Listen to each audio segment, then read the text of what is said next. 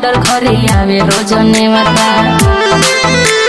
ए बाबू भइल बाड़ा तू तो बदमाशन के देवता, करे खातिर मर्डर घरे आवे रोजने मता। ई कौन तुहरा के जानो, अरे ओए सोन रोहन सिखैले बा।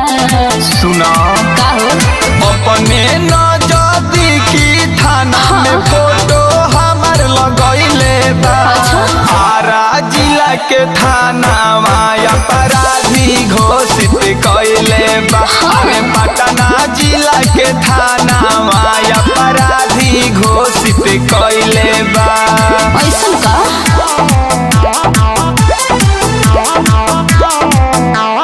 Music by Vishal Yadav.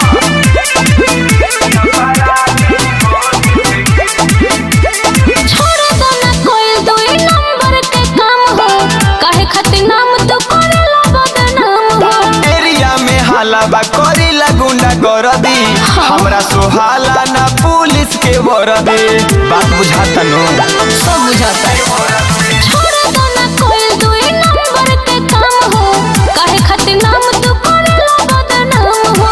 Area में हालाबा करीला गुंडा कर दी, हमरा सोहाला ना पुलिस के वरदी। धरे खातिर तोहरा के जानो, थाना दिन रात एके नु कइले बा।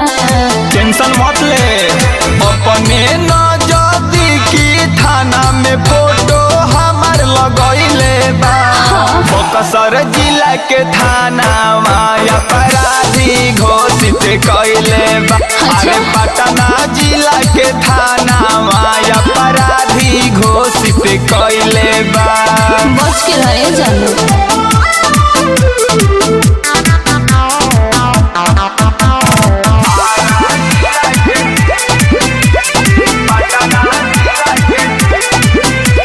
मानो हमर बात छोड़ो, कोई मारा मारे, कोई लब जनस बनी जबे अपारे।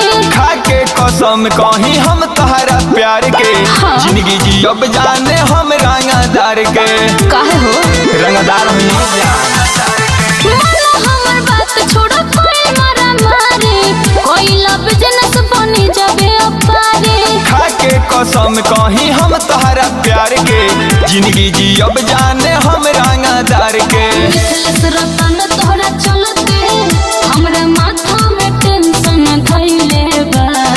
करे जा अपने नजदी की थाना में फोटो हमार लगैले बा। रोहतास जिला के थाना माया अपराधी घोषित कैले बा। अरे पटना जिला के थाना माया अपराधी घोषित कैले बा। अरे तो काहे करेला ऐसन।